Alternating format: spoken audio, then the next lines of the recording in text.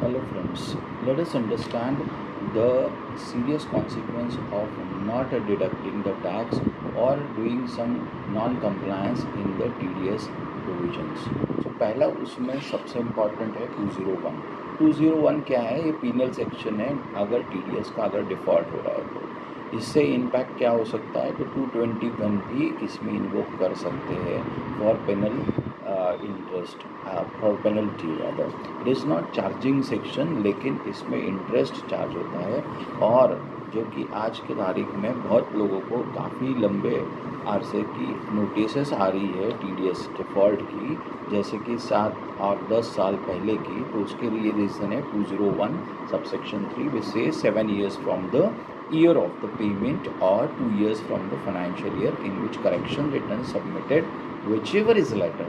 तो इसकी वजह से काफ़ी लंबे टाइम तक ये नोटिसेस आ सकती है. तो 201 रीड कैसे होगा? तो 201 की सबसे इम्पॉर्टेंट एलिमेंट है any person does not deduct tax, does not पे or after deducting fails to pay whole or part of the tax need to understand what are these activities. does not deduct का मतलब है आपने liability book कर दी है accounts में और उसके साथ TDS डिडक्ट करने की लाइबिलिटी, TDS डिडक्ट नहीं किया और उसकी लाइबिलिटी बुक नहीं की है.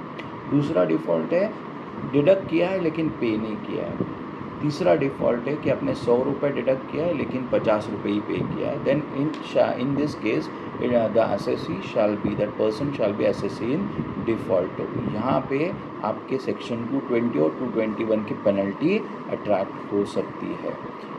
Relief from disallowance and deactivation of 221, इसके लिए 201 सबसेक्शन 1 के लिए एक प्रोविज़ो दे दिया है कि अगर जिस आदमी का TDS, जिस पर्सन का TDS डिडक्ट करना है, वो अगर CA का सर्टिफिकेट 26A में सबमिट करता है, then in that case he shall not be assessed in default and then 201 will also be given a relief.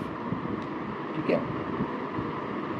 201 के लिए परसेंटेज है 1% फॉर नॉन डिडक्शन और 1.5% फॉर नॉन पेमेंट.